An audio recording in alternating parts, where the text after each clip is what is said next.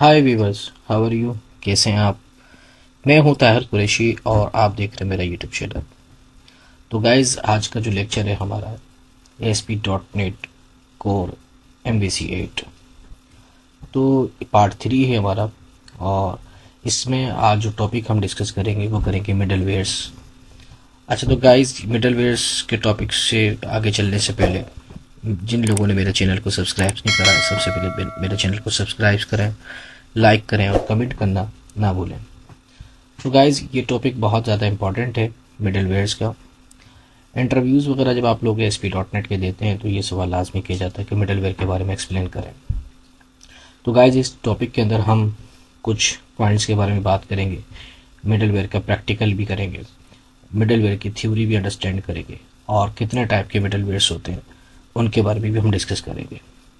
तो गाइज़, हम चलते हैं अब लेक्चर की तरफ। तो गाइज़, हम यहाँ पे देख रहे हैं, स्क्रीन हमारे पास मौजूद है।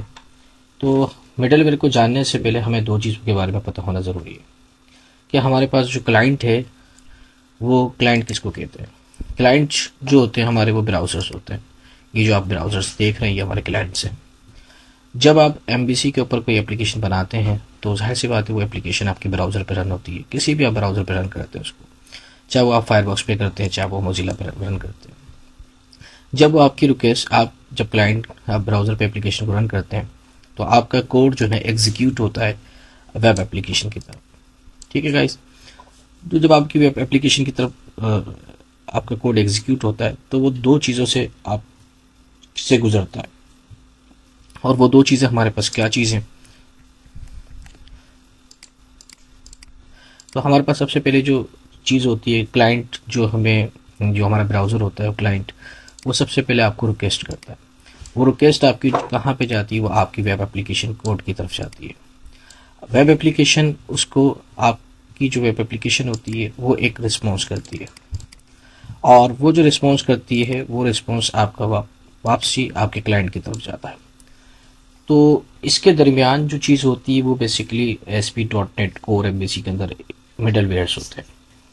यानी क्लाइंट साइड से आपकी जो भी चीज़ जाती है आपकी एप्लीकेशन की तरफ, क्लाइंट आपकी रिक्वेस्ट करता है आपके सर्वर की तरफ जो आपके कोड को एग्जीक्यूट करती है, और फिर वहाँ से जो रिस्पॉन्स होता है आपकी वेबसाइट या आपका जो सर्वर रिस्पॉन्स करता है क्लाइंट को, तो वो जो भी चीज़ डिस्प्ले होती है, इसके दरमियान का जो प्रोसेस होता है उसको हम मिडलवेयर्स कहते हैं।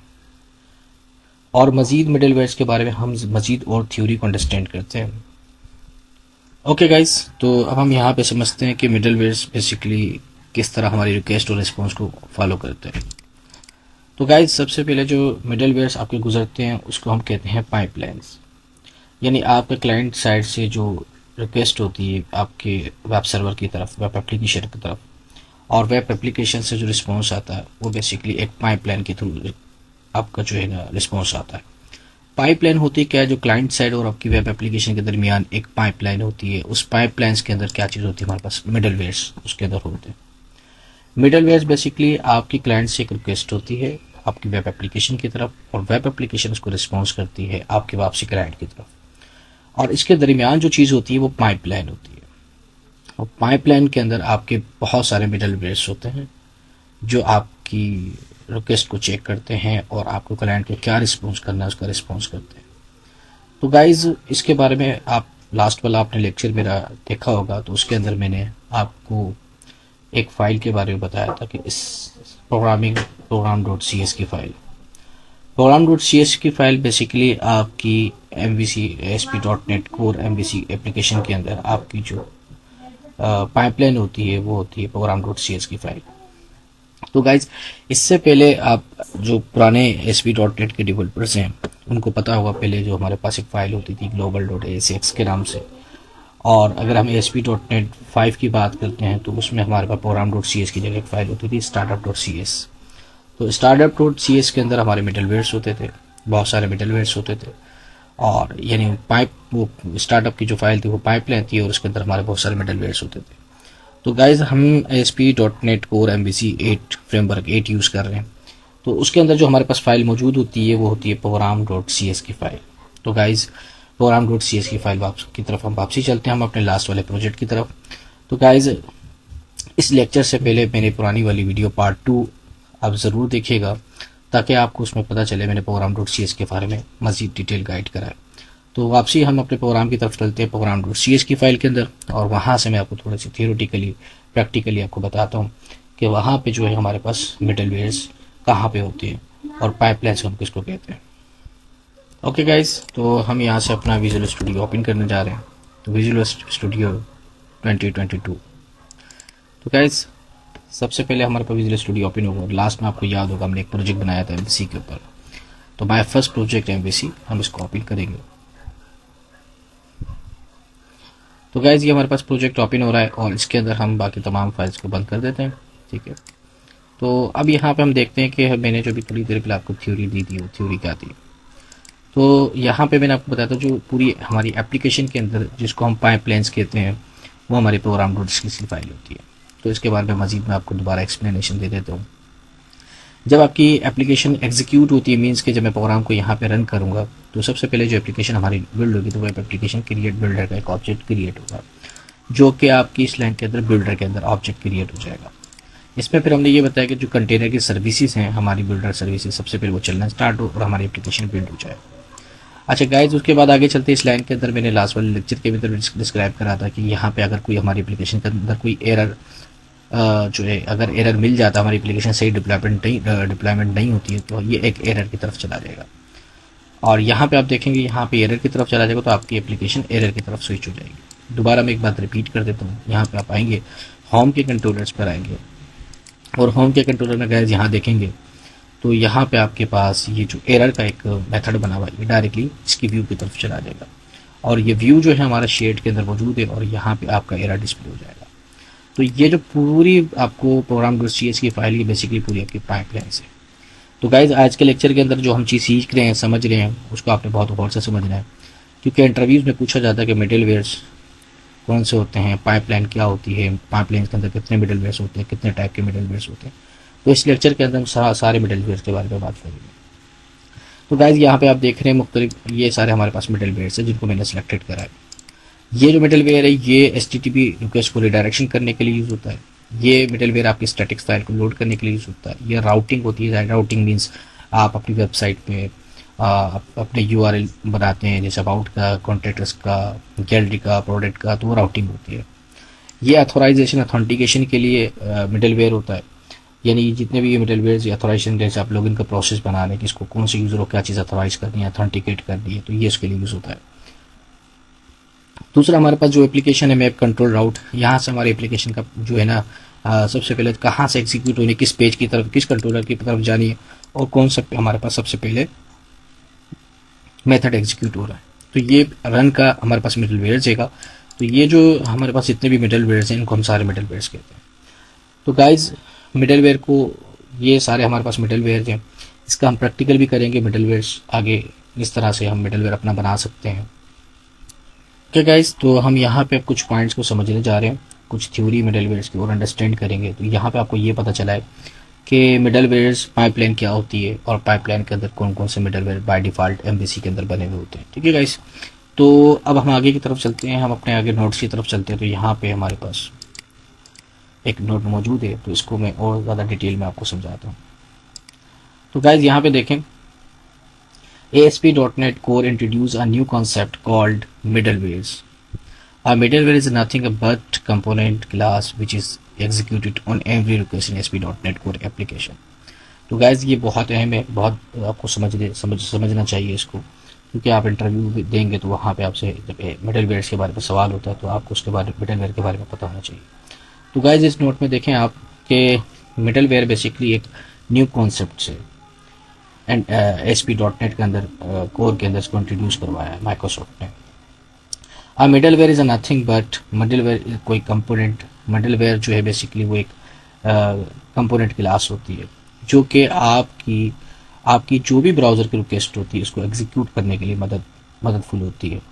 मीन्स कि आप अगर कोई अपना कंट्रोलर को रन कर रहे हैं, या अपने कॉन्टेक्ट्स के पेज को रन कर रहे हैं, या आप अपने अबाउट के पेज को रन कर, कोई भी रिक्वेस्ट को रन कर रहे हैं, तो कोर एप्लीकेशन के अंदर जो भी चीज़ आपकी रिक्वेस्ट ब्राउज़र की तरफ, क्लाइंट से ब्राउज़र की तरफ, एप्लीकेशन की तरफ रन होती है, तो उसको एग्जीक्यूट जो होती है वो मिडलवेयर के जरिए एग्जीक्यूट होती है। अच्छा गाइज, आगे और हम इसको समझते हैं कि रिक्वेस्ट किस तरह की होती है। तो middleware is in ASP.NET Core control how are application respond to the HTTP request. यानी बेसिकली मिडलवेयर जो होता है वो आपकी तमाम एप्लीकेशन को कंट्रोल करता है, किसके रिस्पॉन्ड करता है, आपके HTTP रिक्वेस्ट के ऊपर। HTTP रिक्वेस्ट वही वाली बात जो आपकी URL की तरफ, जैसे आप कोई URL पे कोई भी पेज खोल लें उसकी तरफ कंट्रोल करता है। यानी मिडलवेयर का जो किरदार होता है ASP.NET के अंदर, वो आपकी एप्लीकेशन की तमाम HTTP रिक्वेस्ट को कंट्रोल करता है। अच्छा गाइज, नेक्स्ट की तरफ चलते हैं। तो यहाँ पे हम एक नोट और देखते हैं। नोट के अंदर लिखा हुआ है middleware are software component that are assembled into an application pipeline. जैसे हमने अभी थोड़ी देर पहले बात करी थी, थोड़ी देर पहले मैंने आपको अपनी MVC के एप्लीकेशन के अंदर पाइपलाइन दिखाई थी। तो मिडलवेयर बेसिकली सॉफ्टवेयर के कंपोनेंट्स होते हैं जो असेंबल्ड होते हैं आपकी एप्लीकेशन की पाइपलाइन के अंदर। यानी जितने भी हमारे मिडलवेयर्स बनते हैं वो हमारी पाइपलाइन के अंदर बनते हैं। और पाइपलाइन हमारी जो ASP.NET Core MVC 8.0 के अंदर जो हमारी पाइपलाइन है वो हमारी है program.cs की फाइल। और पुराना जो वर्जन यूज़ करते हैं लोग, 6 का जो यूज़ कर रहे होते हैं, उसमें हमारे पास जो startup.cs की फाइल थी। ओके गाइज, तो जितने भी हमारे मिडलवेयर्स होते हैं वो उनकी सारी की सारी रिक्वेस्ट और रिस्पॉन्स जो होता है वो हमारी पाइपलाइन के थ्रू होता है। और पाइपलाइन के अंदर हमारे सारे के सारे मिडलवेयर्स होते हैं। ओके गाइज, हम अब नेक्स्ट नोट की तरफ चलते हैं। तो हमारे पास एक नोट और मौजूद है गाइज, इसको बहुत अच्छे तरीके से आपने अंडरस्टैंड करना है। देखें, it can also control how our application looks when there is an error. अच्छा गाइज, मिडलवेयर्स से आपकी जो एप्लीकेशन कंट्रोल होती है उसमें हम ये भी दिखा सकते हैं कि हमारे पास कोई बैड रिक्वेस्ट आ रही है तो हम एक एरर की तरफ लेके चले जाते हैं। तो यहाँ पे बहुत सारे हमारे पास मिडलवेयर्स होते हैं पाइपलाइन के अंदर, जो जहाँ पर हम एक डेवलपर्स अपनी लॉजिक को ये भी डिफाइन कर सकता है कि अगर वो रिक्वेस्ट उसको नहीं मिली तो आप उसको एक एरर की तरफ स्विच करके लेके जा सकते हैं। तो यहाँ पे अगर मैं आप बात करूँ तो हम एप्लीकेशन की तरफ चलते हैं। तो यहाँ पे गाइज आप नोट करेंगे, थोड़ी देर पहले मैंने आपको यहाँ पे एक्सप्लेन भी किया था कि देखें ये जो लाइन हमारे को बता रही है ना, ये लाइन क्या बता रही है कि अगर आपकी एप्लीकेशन का डिप्लॉयमेंट प्रोसेस नहीं होता तो नॉट इक्वल टू आपको जो आप मतलब आपका जो मिडलवेयर है वो एक एक्सेप्शन की तरफ चला जाएगा। यानी ब्राउजर को एक एक्सेप्शन फेंकेगा और वो वहाँ पे हमारे होम के कंट्रोलर में एक एरर की तरफ चला जाएगा। इसी तरह अगर हम अपनी कस्टम पाइपलाइंस हम अपनी कस्टम मिडलवेयर्स बनाते हैं तो हम वहाँ पे भी अपनी रिक्वेस्ट को किसी अपने एरर की तरफ या अपने किसी एरर के व्यूज़ की तरफ भी लेके जा सकते हैं। जैसे कि हम ऑथेंटिकेशन और ऑथराइजेशन के अंदर हम यूज़र के लॉगिन का प्रोसेस बनाते हैं और उसमें हम अपनी यूज़र अगर वहाँ पे वो चीज़ को एक्सेस नहीं करता तो हम उसको बैड रिक्वेस्ट की तरफ लेके जाते हैं। इस वापसी हम अपने नोट की तरफ चलते हैं। तो गाइज यहाँ पे हमारे पास एक नोट और मौजूद है। तो थोड़ी देर पहले मैंने भी बात करी थी, इट इज़ अ की piece in how we authenticate and authorize a user to perform the specific actions। तो गाइज ये वही वाली बात है कि हम अगर कोई हम ऐसी वेबसाइट्स बना रहे हैं जिसमें यूज़र का लॉगिन का प्रोसेस है, अगर वो लॉगिन के प्रोसेस को अथेंटिकेट नहीं करता है तो हम वहाँ पे एरर की तरफ स्विच कर देते हैं अपनी रिक्वेस्ट के ऊपर। इसी तरह जो यूज़र अगर उसको ऑथराइज नहीं होगा हमारी एप्लीकेशन के लिए तो हम उसको अपनी एरर की तरफ लेके जाके स्विच कर देते हैं। तो गाइज जो मिडलवेयर होता है ना, बेसिकली उसका जो किरदार होता है वो किरदार ये होता है कि आपकी सर्वर की रिक्वेस्ट और सर्वर ब्राउज़र की तरफ से जो रिक्वेस्ट जारी है, उस सर्वर से जो रिस्पॉन्स आ रहा है, उसके बीच का जो पार्ट होता है पाइपलाइंस होती है, उस पाइपलाइन के अंदर हम मिडलवेयर बनाते हैं अपने। गाइज यहाँ पे हमें चीज़ें पता चली, हर मिडलवेयर का अपना एक स्पेसिफिक टास्क होता है। हर मिडलवेयर अपनी रिक्वेस्ट के ऊपर एक टास्क को कंप्लीट करता है और टास्क कंप्लीट होता है या जो भी उसके पास हमने प्रोसेस करना होता है हम उसकी तरफ लेके जाते हैं। ठीक है गाइज, तो गाइज अब हम चल रहे हैं प्रैक्टिकल की तरफ। ठीक है, तो प्रैक्टिकल में हम ये सीखेंगे कि मिडलवेयर्स किस तरह काम करते हैं, मिडलवेयर किस तरह से बनाया जाता है और मिडलवेयर के कौन कौन सा फंक्शन होते हैं, उन फंक्शन का कौन कौन सा फंक्शन का क्या इस्तेमाल होता है। तो गाइज इस लेक्चर को, वीडियोस को एंड तक लाजमी ज़रूर देखें ताकि आपका जो इंटरव्यू है वो सक्सेस हो सके और अपने प्रोजेक्ट को आप बेहतर तरीके से बना सकें। तो गाइज वापसी हम अपने प्रोजेक्ट की तरफ चलते हैं। तो गाइज यहाँ पर मैं जो है एक न्यू एप्लीकेशन बनाऊंगा। ये तो अपनी एप्लीकेशन हमारे पास जो थी वो MVC के पैटर्न की एप्लीकेशन है। ठीक है, तो हम यहाँ पे एक बिल्कुल एम्प्टी एक एप्लीकेशन क्रिएट करेंगे जो लास्ट हमने एक्सरसाइज पार्ट 2 के अंदर हमने MVC.NET Core पार्ट 2 के अंदर हमने जिक्र करा था कि हम एम्प्टी एप्लीकेशन के बारे में मैंने आपको बताया। तो गाइज वही हम एप्लीकेशन बिल्कुल एम्प्टी एप्लीकेशन बनाने जा रहे हैं। तो गाइज आप यहाँ पे सर्च करेंगे ASP.NET Core और यहाँ पे आप फाइंड आउट करेंगे ASP.NET Core एम्प्टी। ठीक है गाइज, उसके बाद आप नेक्स्ट करेंगे। नेक्स्ट के बाद आप एप्लीकेशन का जो भी नाम रखना है, जैसे मैं यहाँ पे नाम रख देता हूँ वेब एप्लीकेशन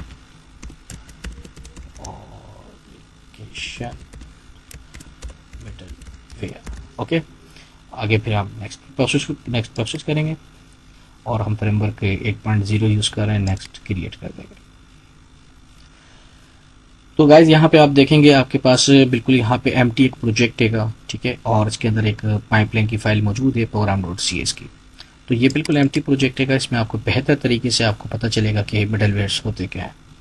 तो गाइज यहाँ पे देख रहे हैं हमारे पास अभी कुछ कोड, इतना सारा कोड नहीं आ रहा, बिल्कुल बेसिक सा कोड आ रहा है। यानी हमारी एप्लीकेशन जो वेबसाइट की एप्लीकेशन है वो बनने का यहाँ पे एक ऑब्जेक्ट क्रिएट हुआ है बिल्डर के नाम से, और फिर हमारा वेबसाइट का यहाँ पे ऑब्जेक्ट क्रिएट हो गया, वेबसाइट हमारी बिल्ड हो जाएगी। ये जो आप देख रहे हैं ये है आपका मिडलवेयर्स, ये डायरेक्टली आपका राउट हो रहा है। यानी कि आपने अक्सर देखा होगा जो हमारा बाय डिफॉल्ट रूट होता है वो फॉरवर्ड स्लैश होता है। उसके बाद मिसाल के तौर पर मैंने अगर रूट लेना अबाउट, तो मेरा अबाउट का राउट से चलेगा। अगर मैं लेना चाहता हूँ मिसाल के तौर पर कॉन्टेक्ट, तो मेरा यहाँ पे कॉन्टेक्ट का राउट चलेगा। तो बाय डिफॉल्ट जो होता है ना इंडेक्स का राउट मीन्स की इस तरह की बात है, तो वो बाय डिफॉल्ट फॉरवर्ड स्लैश होता है। अब गाइज यहाँ पे इन्होंने बताया कि जो आपकी एप्लीकेशन है वो मिडलवेयर को के map.get में जाएगी और वहाँ पे हेलो वर्ल्ड लिखा हुआ आएगा और फिर आपकी एप्लीकेशन रन हो जाएगी। तो गाइज हम यहाँ पे इस एप्लीकेशन को रन करते हैं। ओके गाइज, यहाँ देखें एप्लीकेशन हमारे पास रन हो चुकी है, हेलो वर्ल्ड लिखा हमारा। अगर हम बैक स्क्रीन पे जाते हैं तो यहाँ पे देखिए मिडलवेयर हमारा मैप.route के ऊपर मिडलवेयर चल रहा है। अब यहाँ पे अगर आप जरा नोट करेंगे तो यहाँ पे बाय डिफॉल्ट अभी देखें यहाँ पे जो है ना फॉरवर्ड स्लैश, अगर मैं यहाँ पे मिसाल के तौर पे होम लिखता हूँ, क्योंकि अभी तो मैंने कहीं अपनी रिक्वेस्ट को बताया नहीं कि कौन सी रिक्वेस्ट पे क्या यूआरएल जा रहा है। तो अभी देखें जब मैं होम लिखूँ तो देखिए यहाँ पे होम मैंने लिखा, तो यहाँ पे देखें the can not page display, और यहाँ पे जो राउट बना हुआ वो फॉरवर्ड स्लैश के साथ बना हुआ। तो गाइज यहाँ पे आप जो कुछ भी लिखेंगे, यानी इंडेक्स लिखेंगे, आप यहाँ पे कॉन्टेक्टस लिखेंगे, कुछ भी लिखेंगे, तो आपका जो राउट है वो बाय डिफॉल्ट ये है। तो मैं इसको स्टॉप करके आपको दिखा भी देता हूँ। देखिए अगर मैं यहाँ पे लिखता हूँ अबाउट, मैंने यहाँ पे अबाउट लिखा और अपनी एप्लीकेशन को रन करा, तो यहाँ देखिएगा जब एप्लीकेशन को करूँगा तो ये देखें ये बैड रिक्वेस्ट दे रहा है। अब मैं यहाँ पर आता हूँ और यहाँ पे लिखता हूँ अबाउट। देखा जैसे मैंने अबाउट लिखा तो मेरा जो यूआरएल था वो अबाउट का यूआरएल राउट बन गया। तो राउटिंग का सब्जेक्ट इंशाल्लाह हम नेक्स्ट वाले क्लास के अंदर लेक्चर को कंप्लीट करेंगे। तो अभी हम बात करें मिडलवेयर की। तो मैंने आपको यहाँ पे रिक्वेस्टिंग बताई कि ब्राउजर की तरफ रिक्वेस्ट आपकी एप्लीकेशन की तरफ कैसे जाती है। तो गाइज सबसे पहले हम एप्लीकेशन को स्टॉप करेंगे। अब हम जा रहे हैं मिडलवेयर बनाने के लिए। तो हमारे पास जो मिडलवेयर होता है वो दो तरह के होते हैं, एक यूज का मिडलवेयर होता है और एक होता है रन का मिडलवेयर। ठीक है, तो अभी जो हम बात करेंगे वो मिडलवेयर रन के बारे में बात करेंगे। तो यहाँ पे app.run के नाम से एक मैंने मिडलवेयर बनाने जा रहा हूँ और इसके अंदर मैं एक पैरामीटर्स बनाऊंगा और मैं तो पैरामीटर का फंक्शन बनाऊंगा, उसका जैसे मैंने नाम रख दिया कॉन्टेक्स्ट। ठीक है, तो गाइज यहाँ पे आप कुछ भी नाम रख सकते हैं, यानी ये हमारी एप्लीकेशन का कॉन्टेक्स्ट है जो ब्राउजर की तरफ रिक्वेस्ट लेके जाएगा। तो कॉन्टेक्स्ट की जगह बेसिकली कॉन्टेक्स्ट जो होता है ना उसको हम HTTP कॉन्टेक्स्ट देते हैं। आप जो भी नाम रखना चाहिए यहाँ पे कुछ भी रख सकते हैं। तो मैं इसका एग्जैक्ट नाम है HTTP कॉन्टेक्स्ट ही रख देता हूँ, इससे कोई मसला नहीं है, आप कॉन्टेक्स्ट भी रख सकते हैं। अच्छा, ये जो मेथड होता है ना ये सिंक्रोनाइज मेथड होता है। तो इससे पहले आप एक कीवर्ड यूज करेंगे async का। ठीक है गाइस, उसके बाद फिर हम जो है ना यहाँ पे अपने ब्राउजर की रिक्वेस्ट बताएंगे, एक फंक्शन बना के हमारे ब्राउजर की रिक्वेस्ट पे जाएगा। अब यहाँ पे हमने क्या करना है, यहाँ पे मैं जाहिर सी बात है C# प्रोग्रामिंग आपने अंडरस्टैंड की होगी। तो C# के अंदर जब कोई मेथड को आप सिंक मेथड बनाते हैं तो उसके अंदर की जो लॉजिक होती है, रिटर्न वाला प्रोसेस जो भी होता है, आप उसको अवेट के साथ कीवर्ड के साथ लेकर आते हैं। तो मैं यहाँ पर लिखूँ await HTTP context dot response dot write। अच्छा, राइट async मेथड यूज करेंगे क्योंकि हमारा मेथड सिंक्रोनाइज है। तो मैंने यहाँ पे आके लिखा सॉफ्टवेयर। ठीक है गाइस, तो अब मैं इसको रन करके देखता हूँ। तो देखें गाइस, जब मैं इसको रन करूँगा तो ये प्रोग्राम हमारा इस वाले मिडलवेयर से रन हो जाएगा। अब यहाँ आप जरा नोट करेंगे, देखें यहाँ पे मैंने अपना कॉन्टेक्स्ट में क्या बताया, मैंने कॉन्टेक्स्ट में अपना राउट नहीं बताया। मैंने बोला जो भी कॉन्टेक्स्ट आ रहा है ना आप मुझे मेरी रिक्वेस्ट रिस्पॉन्स करो सॉफ्टवेयर के। अब देखें थोड़ी देर पहले मैंने यहाँ पे जब होम लिख रहा था तो मेरी रिक्वेस्ट का जो राउट था वो फॉरवर्ड स्लैश था, फिर मैंने अबाउट लिखा तो अबाउट से खुल रहा था वो। अब मैं यहाँ पे चाहे होम लिखूँ चाहे मैं यहाँ पे अबाउट लिखूं, क्योंकि मैंने अपने मिडलवेयर में ये बताया ही नहीं है कि मैंने मेरी जो रिक्वेस्ट है वो किस रिस्पॉन्स पे जा रही थी। मैंने बोला कोई भी कॉन्टेक्स्ट होगा, आपने मुझे क्या करना है, आपने जो है मुझे ये रिक्वेस्ट में ये रिजल्ट देना है। ठीक है गाइज, तो यहाँ पे देखिए मैं अबाउट लिख रहा हूँ या कॉन्टैक्ट लिख रहा हूँ, तो मेरा जो मिडलवेयर है ना वो अभी कोई एनी रिक्वेस्ट को एक्सेप्ट कर रहा है।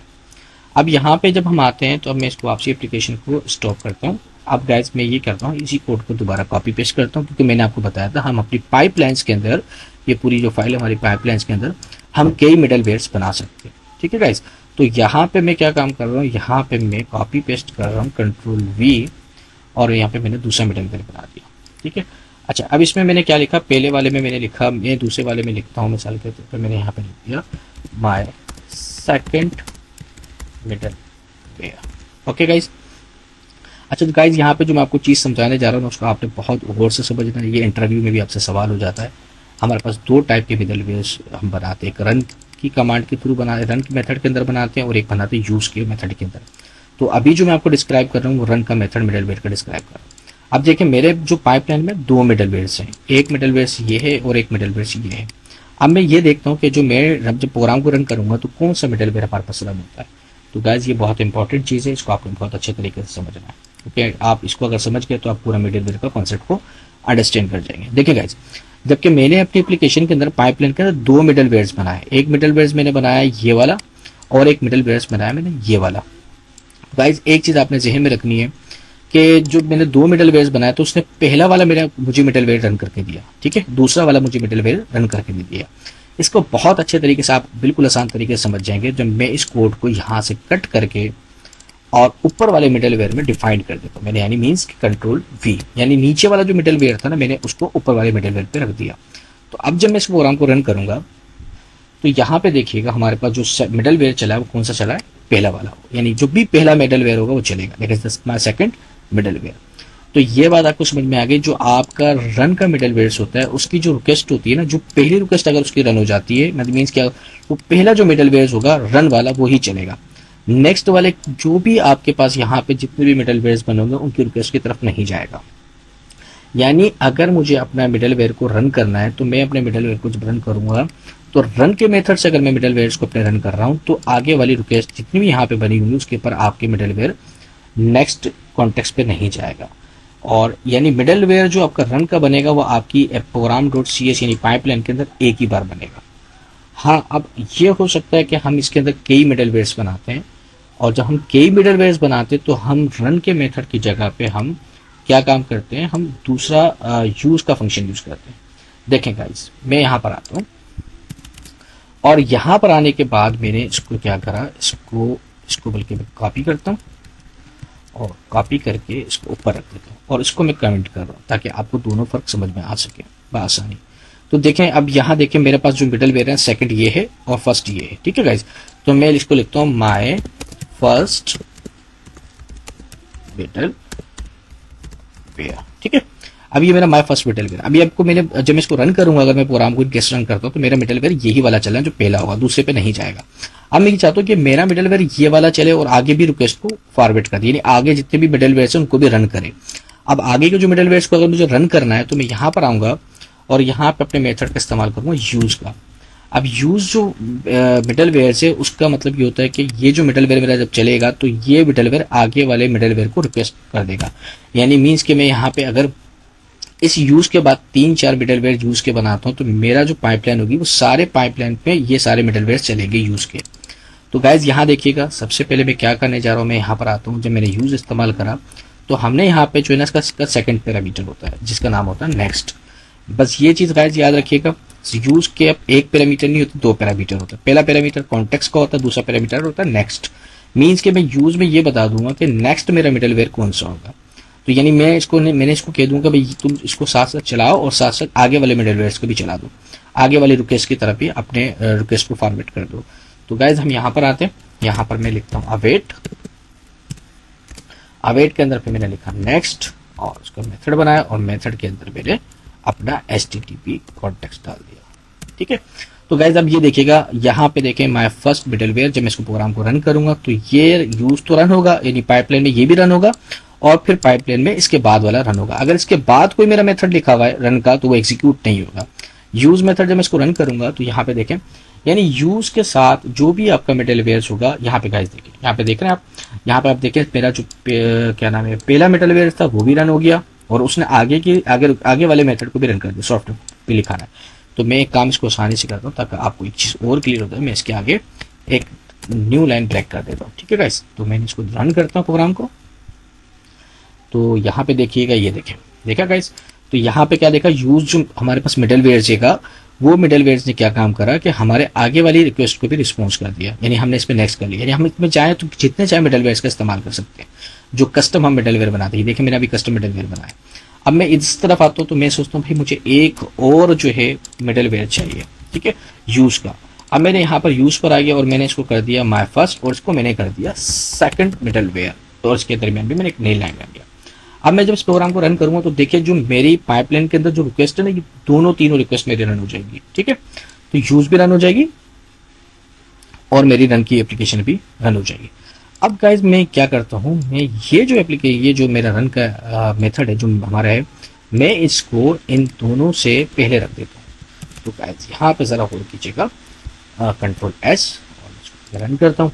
तो गाइज यहाँ पे आप रिजल्ट देखिएगा हमारे पास क्या रिजल्ट आता है। देखा गाइज, तो आपको बहुत अच्छे तरीके से पता चल गया होगा जो रन का मेथड होता है वो हमारी एप्लीकेशन में एक बार रन हो जाता है, उसके आगे जो भी मिडलवेयर होगा पाइपलाइन में नहीं जाएगा, तो यानी पाइपलाइन में वो एग्जीक्यूट नहीं होगा, ठीक है।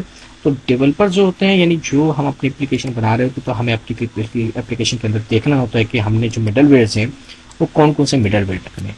तो हम गाइज वापसी इसको कंट्रोल को लास्ट में रखते हैं। तो ये जो हमारे यूज का मेथड है ये हमारा मिडलवेयर का, बस इनमें फ़र्क ये है कि जब रन का जो मिडलवेयर होता है वो एक बार आपकी पाइपलाइन में एक बार एग्जीक्यूट होता है, और जो यूज़ का होता है उसमें आप मल्टीपल रिक्वेस्ट अपने ब्राउज़र की तरफ रिस्पॉन्स करने के लिए बता सकते हैं। ओके गाइज, अच्छा दूसरी चीज़, एक चीज़ खास ख्याल रखिएगा, इसके बाद भी हम नेक्स्ट के बाद भी हम यहाँ पे अपनी लॉजिक भी लिखते हैं। अब वो डिपेंड करता है, जब हम एक प्रोग्राम बनाने सीखेंगे तो हम यहाँ पे अपनी लॉजिक लिखेंगे कि यहाँ पे हमने यूज़ का जो ये वाला मेथड है, कॉन्टेक्स्ट है, तो इसके बाद हमने क्या काम करवाना है। इसके बाद हम जो भी काम करवाएंगे तो उसके अंदर हम अपना लॉजिक को लिख सकते हैं। बहुत अच्छे तरीके से आपको यूज़ मिडलवेयर्स और रन मिडलवेयर्स समझ में आ गया। बस एक चीज़ याद रखनी है, जो हमारे मिडलवेयर्स होते हैं वो ऑर्डर वाइज चलते हैं। जैसे मैंने आपको देखा होगा, मैंने ये वाले को स्वाइप करा तो ऊपर चला गया। अगर मैं इसको यहाँ पे उठा के इससे पहले वाले मिडलवेयर्स में रख दूंगा तो ऑर्डर वाइज चलता है, मतलब पहले ये चलेगा फिर ये चलेगा, अगर आगे नेक्स्ट आपकी कोई रिक्वेस्ट होगी तो आगे वो जाएगा। लेकिन रन का जो होगा वहाँ पे एग्जीक्यूट हो जाएगा, उसके बाद जो भी मिडलवेयर्स होगा वो रन नहीं होगा, ठीक है गाइज। तो ये हमने बहुत अच्छे तरीके से समझा। तो बहुत अच्छे तरीके से समझाने के लिए मैं आपको एक स्लाइड की तरफ लेके जाता हूँ, एक डायग्राम की तरफ लेके जाता हूँ, तो आप उसको बहुत बेहतरीन तरीके से, बहुत अच्छे तरीके से समझेंगे। अच्छा गाइज, यहाँ पे देखें जो हमारे पास मैंने ये स्क्रीन पे आपको डायग्राम दिख रहा है, तो मैंने आपको शुरू में बताया था कि हमारे जो क्लाइंट होता है यानी ब्राउजर जो होता है वो एक रिक्वेस्ट करता है। जब वो रिक्वेस्ट होती है तो हमारी पाइपलाइन से गुजरती है, मीन्स कि ये हमारी पाइपलाइन से, ठीक है, ये जो हमारी चीज़ है ये हमारी पाइपलाइन से, ठीक है। ओके गाइज, तो सबसे पहले जब रिक्वेस्ट हुई क्लाइंट के साथ, मीन्स कि ब्राउजर ने रिक्वेस्ट करी, तो आपकी जो भी मिडलवेयर, पहला जो मिडलवेयर होगा वो चेक करेगा लॉजिक को और फिर वो नेक्स्ट की तरफ चला जाएगा, ठीक है गाइज। तो फिर हमारा नेक्स्ट आ जाएगा। तो मिडलवेयर सेकंड जो होगा, फिर अगर उसको भी हमारा यूज के क्या नाम है यूज का मिडलवेयर बना होगा तो वो भी हमारा नेक्स्ट की तरफ चला जाएगा, ठीक है गाइज। अगर हमारा, अब जाहिर सी बात है, हमारे अगर मोर मिडलवेयर होंगे तो मोर मिडलवेयर, सीधा जितने भी आपके मिडलवेयर बने होंगे ना आपकी पाइपलाइन में, सारे नेक्स्ट की तरफ चले जाएंगे, और फिर वो डायरेक्ट क्या करेंगे, आपकी क्लाइंट को आप एप्लीकेशन की तरफ रिस्पॉन्स करेंगे, वापसी आपके ब्राउजर में आपका रिस्पॉन्स आएगा। तो गाइज अगर यहाँ पे आपका रन का मेथड इस्तेमाल हो गया एप्लीकेशन के अंदर, तो वो जाहिर सी बात है उसके बाद जो आपके यूज वाले मिडलवेयर होंगे वो आपके एग्जीक्यूट नहीं होंगे, आगे वो रन की तरफ एग्जीक्यूट हो जाएगा। तो गाइज वापसी हम एप्लीकेशन की तरफ आते हैं और वहाँ पे मैं दोबारा एक्सप्लेन कर देता हूँ। देखें हमारा जो पहला एप्लीकेशन का जो पहला मिडलवेयर होगा पहले वो रन होगा, फिर आगे दूसरा मिडलवेयर रन होगा, फिर आगे अगर तीसरा आपका मिडलवेयर है यूज वाला तो वो रन होगा, और आपके जो बाकी, अगर आपका एंड में मिडलवेयर रन का लगा तो अब सारे मिडलवेयर को रन करते हुए आगे चला जाएगा। अगर मैं इसको स्वाइप कर दूं ऊपर की तरफ तो पहला मेरा रन होगा, बाकी मिडलवेयर की रिक्वेस्ट मेरे पास रन नहीं होगी। ओके गाइज, तो अब हम इस मेथड की थोड़ी सी थियोरेटिकली नोट जानते हैं ताकि आपको इंटरव्यू देने में बहुत आसानी हो, ठीक है। इंटरव्यू में आप उस नोट को अपनी मेमोरी में सेव करेंगे ताकि आप कभी इंटरव्यू में बैठे हुए हों तो आप इसको यूज मेथड को डिफाइन कर सकें, और यूज मिडलवेयर को डिफाइन कर सकें, और रन मिडलवेयर को डिफाइन कर सकें। तो गाइज हम वापसी चलते हैं। तो सबसे पहले हम बात करते हैं अपने रन मेथड्स के बारे में। तो गाइज यहाँ पे नोट कीजिएगा, middleware are defined using app dot run will never call subsequent middleware. यानी मिडलवेयर जो हम डिफाइन करते हैं वो ऐप डॉट रन से करते हैं, मिडलवेयर डिफाइन करते हैं, और वो कभी भी सब्सिक्वेंट मिडलवेयर नहीं होगा। मीन्स के उसके बाद जो हमारे मिडलवेयर्स होंगे वो उसको रन नहीं करेगा, हमारा जो ऐप डॉट रन का मिडलवेयर्स होगा वो रन हो जाएगा। तो यानी रन का जो हमारा मिडलवेयर्स होता है वो सबसिक्वेंट होता है, वो सबसिक्वेंट उसके बाद के जो मिडलवेयर्स होंगे वो रन नहीं होंगे। ठीक है गाइस। अच्छा, अब आगे की तरफ चलते हैं, हम यूज वाले मिडलवेयर्स के बारे में समझते हैं, यूज मेथड को समझते हैं। यूज मेथड क्या चीज है? The use method places our middleware in the pipelines and allow that middleware to pass control to the next item in the pipeline. ये बात बहुत क्लियर हो गई, प्रैक्टिकली भी हमने इसको बहुत अच्छे तरीके से समझा है कि जो यूज मेथड होता है ना वो प्लेसेस होता है मिडलवेयर्स के अंदर। आपकी पाइपलाइंस के अंदर तमाम यूज मेथड्स हम पाइपलाइंस के अंदर रखते हैं जो अलाउ करता है आगे वाले मिडलवेयर्स को। यानी नेक्स्ट कंट्रोल्स का क्या होता है, पाइपलाइन में आपकी जो पाइपलाइन की फाइल्स होती है प्रोग्राम डॉट cs की फाइल, उसके अंदर जितने भी मिडलवेयर होगा वो नेक्स्ट मिडलवेयर की तरफ चला जाता है। तो ये दोनों चीजें, दोनों कॉन्सेप्ट अपने अपना माइंड के अंदर रखेंगे और इसको अच्छे तरीके से समझेंगे। इसका प्रैक्टिकल आप लोग करेंगे, और कोई इसमें क्वेश्चंस हो, आपका कोई सवालत हो तो मुझे कमेंट्स में लाजमी करें। तो ये तो हमारा मिडलवेयर का चैप्टर, ये हमारे मिडलवेयर का चैप्टर था। तो उम्मीद है आपको ये वीडियो बहुत पसंद आई होगी। तो मेरी आपसे एक रिक्वेस्ट है कि आप लोग मेरे चैनल को सब्सक्राइब करें, बेल आइकन पे क्लिक करें, और कमेंट्स करना मत भूलें। कमेंट्स आप किया करें ताकि मैं आपके क्वेश्चंस का आंसर दे सकूं। Thank you so much.